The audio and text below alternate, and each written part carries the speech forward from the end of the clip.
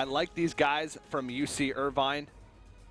They're bringing out some pretty crazy decks here. I'd imagine this is, well, with Chillmaw, it's a little bit interesting. It could be a Malagos Warlock with the Dragon Synergy, but right at the end of Malagos Warlock's life, there was this other Dragon Warlock that was starting to become popular. Strifegro was playing it on his stream.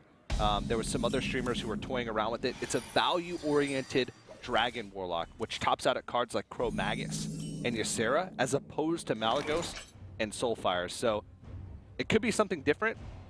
There's actually a Void Caller there, so now I'm just a little bit confused. Well, they're both playing Warlocks, so that's why I'm confused. But I gotta look up, man. I think you're spot on with the value call, and the reason why is because there's both Imp Gang Boss and Blackwing Technician in here. Yeah. When you're dedicated to Malagos, you're going to have extra cards in the deck that are dedicated to also facilitating the big Malagos turns. When this has multiple power 3-drops that want to help you scale through turns 4 and 6 and get to that late game spot, that's really what screams to me that the deck is dedicated to being a value build, is because you have those extra 3-drops. So when those slots get sacrificed, you no longer are facilitating Malagos. Now you are facilitating cards like Ysera, though.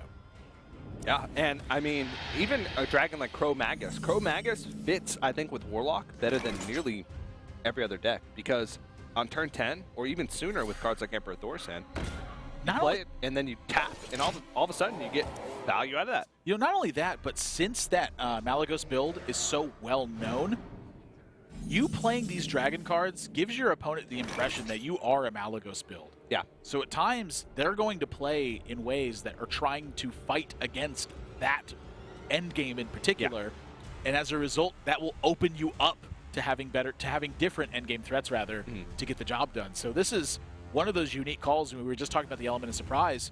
We're seeing it on both sides of this team so far. I made the mistake earlier. I said UC Irvine bringing the flare, but this is actually San Diego who's piloting this really interesting Dragon Warlock deck. I mean, we still haven't seen a lot of it, so there's a potential that we could be surprised, but we both made the same read, so I'd imagine that... what if they went like super next level? And they're like, you know what? When they see Blackwing Technician and Imp Gang Boss, they're going to think it's value Warlock. Bam! Malagos. Yeah, Malagos.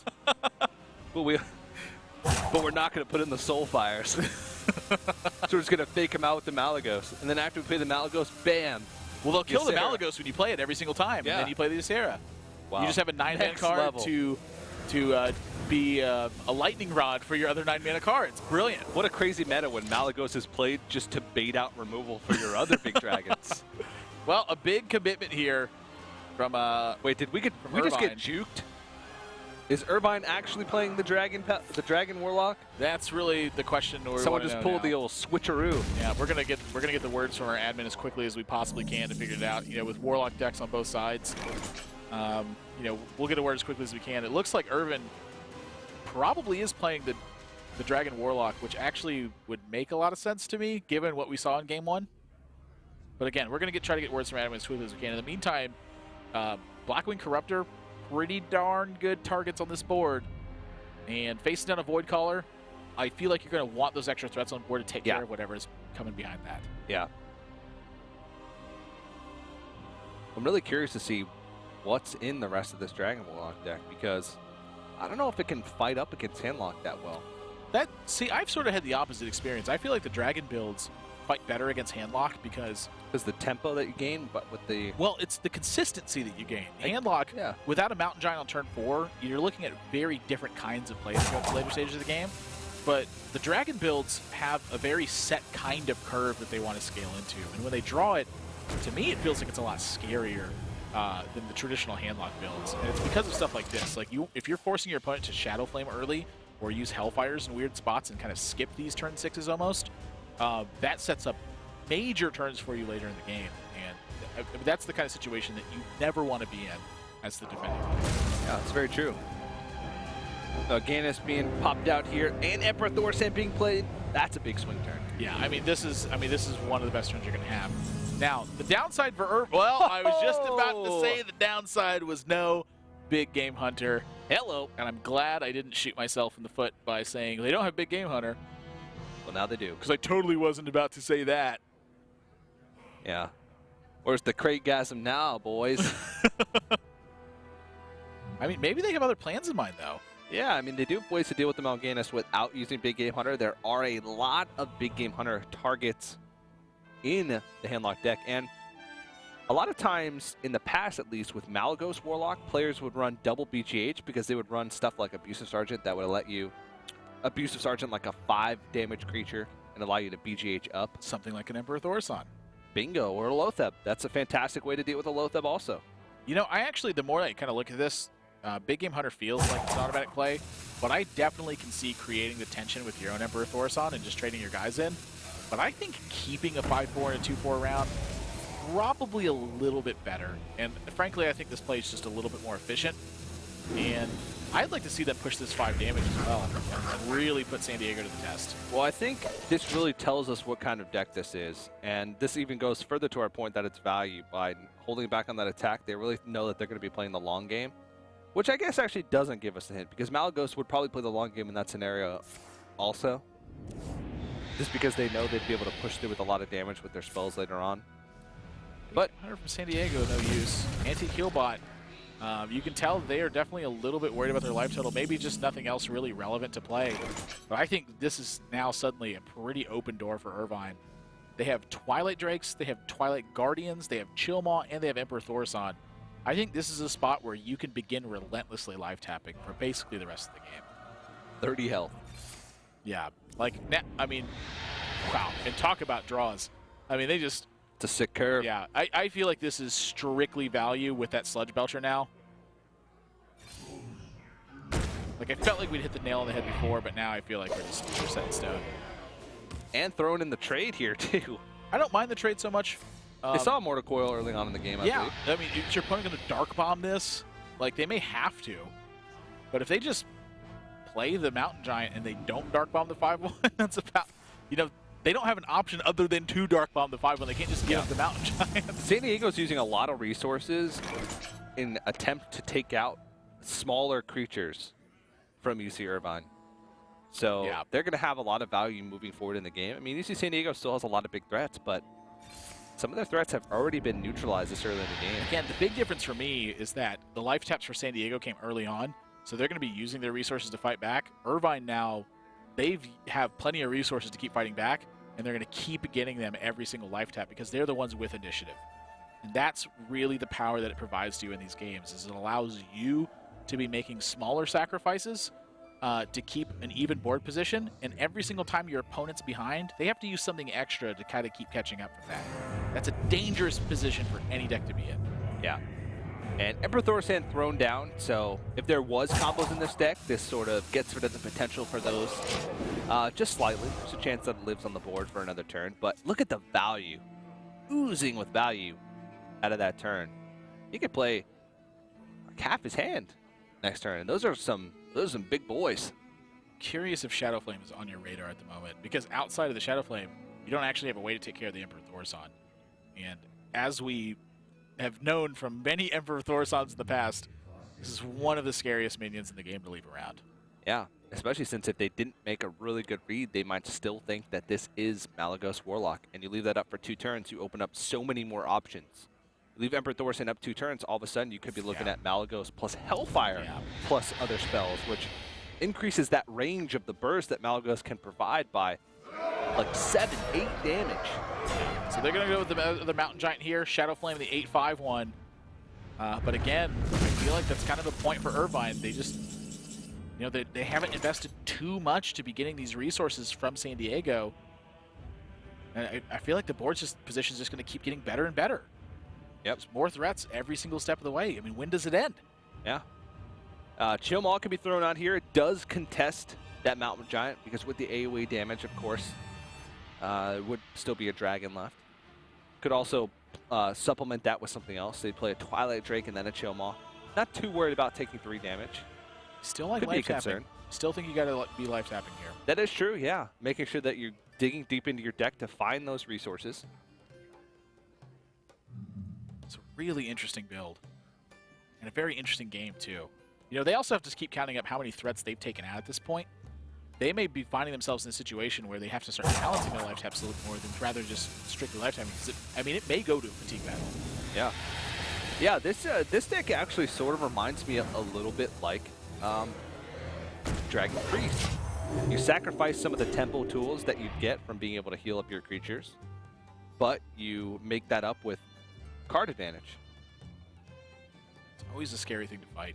So San Diego now, these two threats really don't provide a ton of pressure to your Mountain Giant. It feels like it's kind of still open for that to be making a big presence. Yeah. And now a second Molten Giant gets drawn. I think this is going to be the big push for San Diego now. Yeah, we were just talking about how they might be in trouble, but when... Okay, so they are going to continue to fight a little bit with slower games, and I do like this.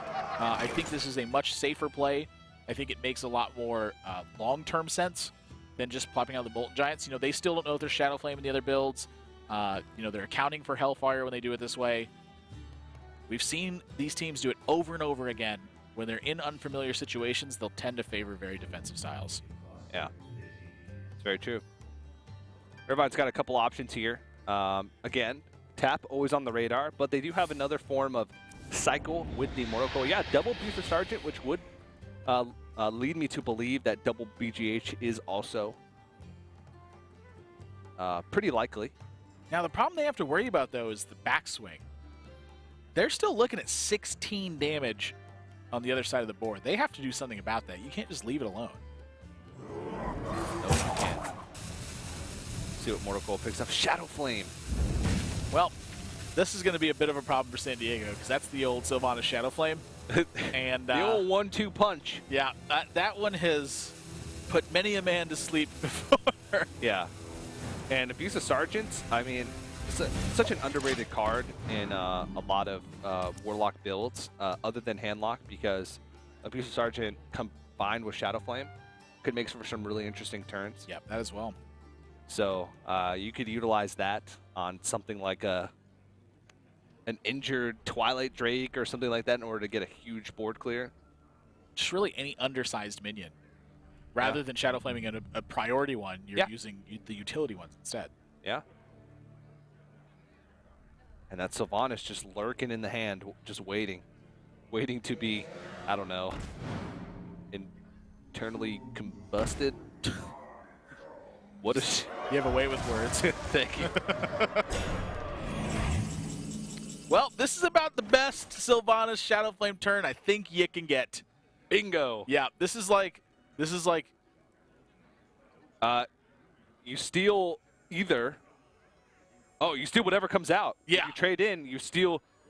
You're hoping that he has a demon is the one thing. This is where like you're having the shootout at high noon. Yeah. But one guy is just like, he's just Deadeye, and the other one is just not Deadeye, I guess is the best way to put it. Jiraxis. Thanks for the gets Jiraxis. Stolen. San Diego, here's the problem with this too. It's not that Irvine got a 315. That's not the unovercomable thing. It's that San Diego lost their potential to play Jiraxis and make 6/6s for the rest of the game. And look at what they lost also just with the Shadow Flame, even without the demon being stolen. Exactly. They lost that Twilight Drake, which is full health. They lost that Void Caller, pretty much the whole thing. And they lost the Molten Giant, which, of course, it was injured. But still, that is a big swing. This is a good-looking deck, TJ. What even resources does San Diego have left? They have, I don't think they have any mountains. They don't have any mountains. They got the Molten Giant. I mean, the Jiraxis was the last. Was basically the ace up the sleeve. Yeah. And Irvine has caught him dealing off the bottom of the deck. They said, "Give me that Jiraxis." Calling their bluff, saying, "Well, if you got a demon, it's mine. If you don't got a demon, then I'm a little embarrassed." Like Blood Imp had come out. And they're like, "Wait, what? What?" Like, I put this in here solely for this situation. Right down the road. I think they're like, the schools are like 60 miles from each other. Oh, I would drive over and let him know. Drive over. Yeah. Hey, do you remember that time I took that Jiraxis from you after I blew up your whole board? They're going to go through that infamous UC Irvine door. The drawbridge. The drawbridge. With the archways. Yeah, such a poor position for San Diego. Got to throw out just a Molten Giant. Look, they're worried about the amount of damage potential that can come from Irvine, too. They 4-went the life tap in this spot. Not only that, but they're also low on cards. So here's the thing. They may be able to get through this Jiraxis. Do they have any reach left over? The longevity is eliminated with the Jiraxis. What? 2 Jiraxis? I'm seeing double. I see 4 Jiraxis. I'm seeing double, TJ. In how many games do you get the opportunity to have a Jiraxis on the board and become a Jiraxis? Which one's the real Jiraxis? I think it's imposter Jiraxis. I think you convinced the imposter to fight for you. Like, hey, guess what? I'm actually Jiraxis. And he's like, I don't think I want to fight actual Jiraxis. I'm big Jiraxis. All right. I'll join. It's exactly what happened. Word for word. This Molten Giant is a little bit threatening. There's plenty of ways to answer it is the thing. Like, they can kind of do whatever they want to at this point. They just drew the other Jiraxis. Yeah. Beautiful setup. Volcanic Dragon! Wow. All right. Well, this is a super interesting deck. I want to see what they top out at. I mean, do they top out at Jiraxis and Chillmaw?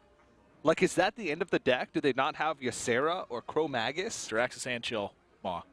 Yeah. I think that's it. Top end, actually. I mean, we saw so much mid-range stuff. Double Abusive Sergeant, double Shadow Flame. And look at this. San Double Diego's drawing Twilight taunt Drake, minions double right Twilight now. Guardian. This is double Hellfire. I mean, is that the play? I mean, you've dealt with Jiraxis now. You're looking at a 6-1 on table. You've been concerned with damage the whole game. You have to still be concerned with damage, right? No more Molten Giants, but no Jiraxis. This is looking grim.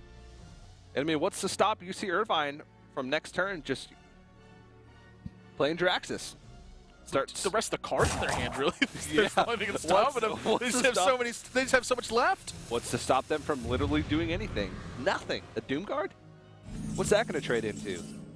San Diego has fought valiantly this game, but this build from Irvine has really put the value battle to the test. And this is what we were talking about earlier, too, with when decks start getting greedy, the way that you beat that oftentimes is you become even greedier. Yep. And that's what this build is all about. And then comes Face Hunter. Yeah, exactly. The last thing this deck wants to be facing is Face Hunter. Like, that would just be, like, turn 1 Leper Gnome is you're like, oh my god, that's the best minion in the game versus me. What do I do? Yeah. You got to hope you draw every single 1-drop into Antique Healbot, into Jiraxis on curve when you're at, like, 4. Yeah, I mean, this deck, what? How many taunts? There's Twilight Guardians and Chillmaw. We saw Sludge Belcher as well. Oh, Sludge Belcher. 1 Sludge Belcher. Yes. A single one. The thing about it, though, is that has to fight through Iron Begal and potentially Hunter's Mark or just reach damage. Yeah, just reach damage. That's not that much taunt. And normally this Chillmaw might be a little bit of a threat to your own board, but you don't have a dragon in your hand, so you're not even worried about that. Yeah. Well, that's a pretty good pickup from UC San Diego, actually getting a threat that they can play with the Dr. Boom. And I'm sensing a Shadow Flame. Yeah. Is there a lethal opportunity in here? Well, if you're going to Shadow Flame, it's going to require you to use the Abusive Sergeant on the Chillmaw. There's then you have there's 6 not enough to follow. damage. Yeah, not quite enough. Abusive Sergeant, debuff. Well, oh, hello. For the man who has, this is just an embarrassment. I mean, he's only got like 5 cards left remaining in his deck. Maybe like 6 or 7. It's just that it was there right now. Yeah. And this actually is the lethal opportunity. That is the lethal opportunity. Was Big Game Hunter. So yes, they did not miss lethal. Irvine calculated it perfectly. And that Dark Bomb, and that smiley face, I can tell you there's only one team with smiles after that game, and it is the team that won this grueling battle. Yeah.